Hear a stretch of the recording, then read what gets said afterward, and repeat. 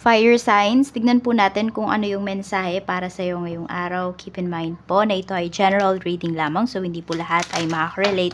So be open-minded. Sa mga hindi pa po nakasubscribe dito sa ating channel, please subscribe na po kayo and pa-like na din po ng ating video. At sa mga nais pong mag-avail ng ating private readings, ng ating Evil Eye Amulet Necklace, at ng ating Tiars Bracelet, makikita nyo po yung link sa description box.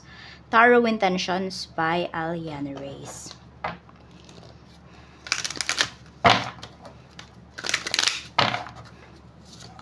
We have strength. Ayan.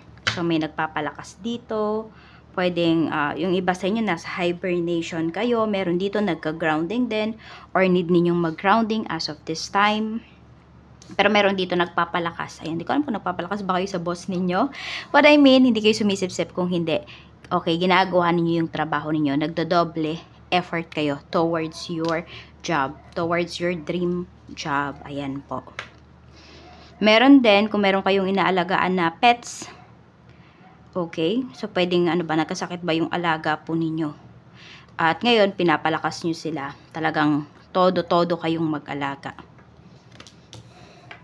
Tingnan natin ano pa yung mensahe for you. Spirit guide, mensahe pa po natin kay fire signs, Aries, Leo, Sagittarius, Sun, Moon, Rising, and Venus. Tingnan natin.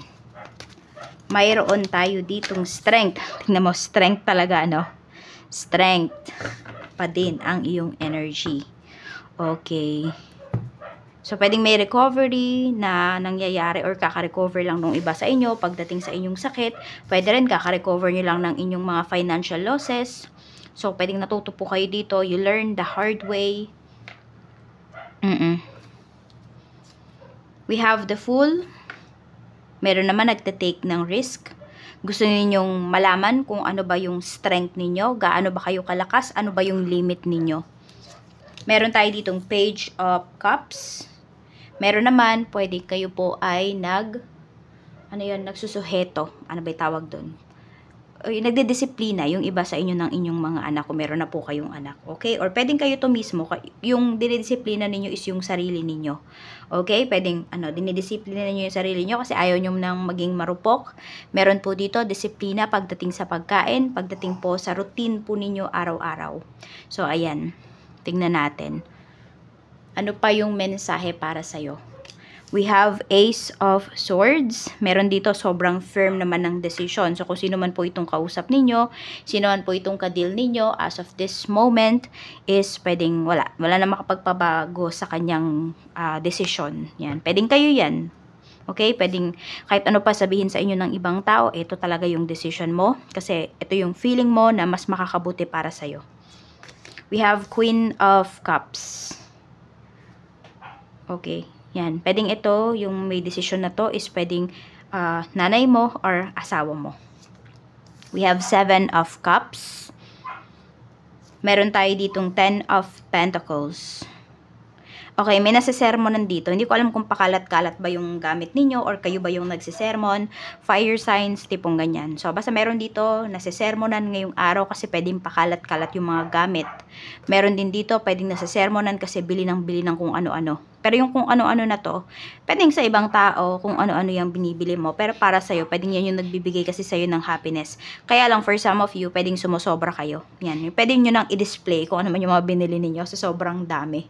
Oo. Or naggulat na rin siguro yung iba sa inyo na gano'n na pala kadami yung nagagastos ninyo. Or gano'n na pala kadami yung nabibili ninyo. Oo. Na, kunwari eto, bumili kayo ng ganito, iba't ibang kulay. No? Iba't ibang stones. Yung mga gano'n. Meron tayo ditong 8 of Pentacles. Okay, pero kasi pera mo naman yung ginagastos mo dito. Fire signs, kaya, ayan, sige, tuloy mo lang kung ano yung nagpapasaya sa'yo. Just make sure lang talaga na nakapag-save ka pa rin para sa future mo. Diba? Meron tayo ditong Wheel of Fortune. Ang ganda ng finances mo ngayon. Fire signs. We have the Hierophant. Mga more on mga dating gawi ito eh. Okay, yung mga ginagawa. I mean, hindi ka, yes, pwedeng nag-take ng risk yung iba sa inyo, and yung iba naman sa inyo, pwedeng hinahone nyo kasi yung skills ninyo. And pwede po na, ayan, yung iba sa inyo na perfect nyo na yan, nagagamay nyo na yung mga skills po ninyo. O na-enhance nyo na yan ng sobra. So, for now po, ayan, pwedeng humahakot na kayo dito, no? Pwedeng kumikita na kayo dun sa skills na in-enhance po ninyo. Yung ma-in-invest ninyo dyan, nababawi nyo na. Tignan natin, ano pa yung mensahe. We have 6 of Pentacles. Meron tayo ditong the Devil. Okay, medyo mag-ingat lang po kayo dito ha, kasi pwedeng may namemera sa inyo dito. Fire signs, kahit sinong tao man yan. Tignan mo kung bakit mo ba binibigyan ng pera yung tao na yan. Ano ba yung obligasyon mo sa tao na yan? Kung sino man yan. We have Knight of Wands. Okay. Tignan natin ano pa yung mensahe. Meron tayo ditong 3 of Swords. Okay, may nagtatampo naman sa inyo dito. Pwedeng anak nyo to, pwede rin naman, basta mas ano sa inyo, mas younger sa inyo, yung nagtatampo na ito. Meron tayong King of Wands. Okay, merong nagloloko. Yan, may nagloloko na energy dito. Okay, could be your person, hindi pa talaga siya ready for a serious commitment. We have 4 of Swords. Meron tayo ditong Knight of Pentacles. Ayun o, may naghahanap pa kasi na energy dito. So, pwedeng person mo to. Okay, mapaghanap pa siya. Looking pa, searching pa itong person, exploring pa yung kanyang energy. We have Page of Pentacles. And yung iba naman dito, pwedeng, yes, exploring, pero mas nag-e-explore na kung ano ba yung pwede nilang pagkakitaan. So, meron din po dito ay, ano yun? Business-minded, goal-oriented kayo. So, tignan pa natin ano pa yung mensahe para sa'yo. Okay. Tignan pa natin ano pa yung mensahe. Ito, pwedeng naghahanap yung iba sa'yo. I don't know kung for interview, may interview ba kayo ngayong araw dito. Galingan ninyo kasi pwede kayong makapasok dito. Pwede kayong ma-hire dito sa trabaho na ina-applyan ninyo. Tignan pa natin ano pa yung mensahe. Tignan natin ano pa yung mensahe for you. Okay. Ayan ha, okay. So, di ba yung iba sa inyo, tinetest nyo yung strength ninyo, yung limits ninyo. Medyo maghinay-hinay naman kayo ha. Kasi pwedeng may disappointments din naman na dumating sa inyo dito. So, hindi naman siya puro positive talaga. So, pag-isipan nyo rin ha, kung ano ba yung mga bagay na, saan ba kayong mga bagay magte-take risk. Hindi pwedeng bahala na yan or bara-bara lang kayong magde-decision dito. So, pwede rin na may mag-grocery dito ngayong araw. Ayan po. Ubos na ba yung stocks ninyo? Pwede rin hindi to grocery na sa bahay ha. Pwedeng ito po ay stocks ninyo for business. For some of you. Meron din ako nakikita dito. I don't know kung sa yung business, yung trabaho ninyo is about online. And pwedeng may about to sa sugal. Ayan. Yung iba sa inyo. Ano yung tawag doon? Agent, yung iba sa inyo, ganyan. Okay. Pwede rin, may agent dito ng lupa, ganyan. Pero pwedeng may agent dito about sa casino, kunwari, ganun. Tignan pa natin ano pa yung mensahe para sa'yo. Okay, so ito, kung meron kang pinopursue, okay, or alam mo na may malaking balik to sa'yo, fire signs, huwag mo munang ipagsasabi kahit kanino. Okay? So, tahimik ka lang muna dito kung ano man yung mga pinaglalaanan mo ng kaperahan mo. Oo. Kahit alam mo na sure ball na yan na may malaking paparating sa'yo na pera, do not share it with other people. Do not share it on social media. Tahimik ka lang muna dito. Okay. So, meron naman bumabawi dito pagdating sa anak. So, kung kayo po ay tingin ninyo, nagkulang kayo ng oras, no? Ng, ng bonding sa inyong mga anak. So, pwedeng may bumabawi. Yan. Pwedeng may napagalitan kasi dito or napagalitan nyo po yung inyong mga anak. So, ayun, you feel sorry. Kaya, ayan po, bumabawi yung iba sa inyo. Okay, tingnan natin.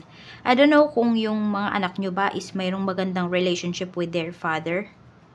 Kasi parang laging umaasa na lang. Yun yung nakikita ko dito.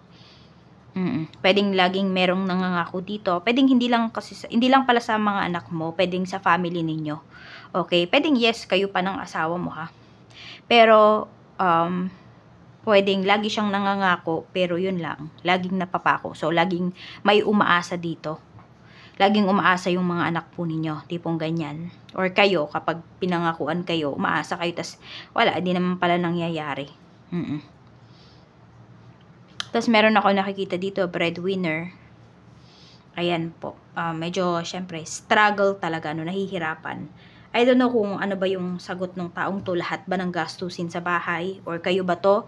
Fire signs, lahat ba ng gastusin sa bahay ay sagot ninyo? Medyo nababurnout yung iba sa inyo. Parang gusto nyo munang huminto, gusto nyo munang magpahinga. Yun yung pinapakita na energy dito. May napapagod po. Gusto mo nang maglibang.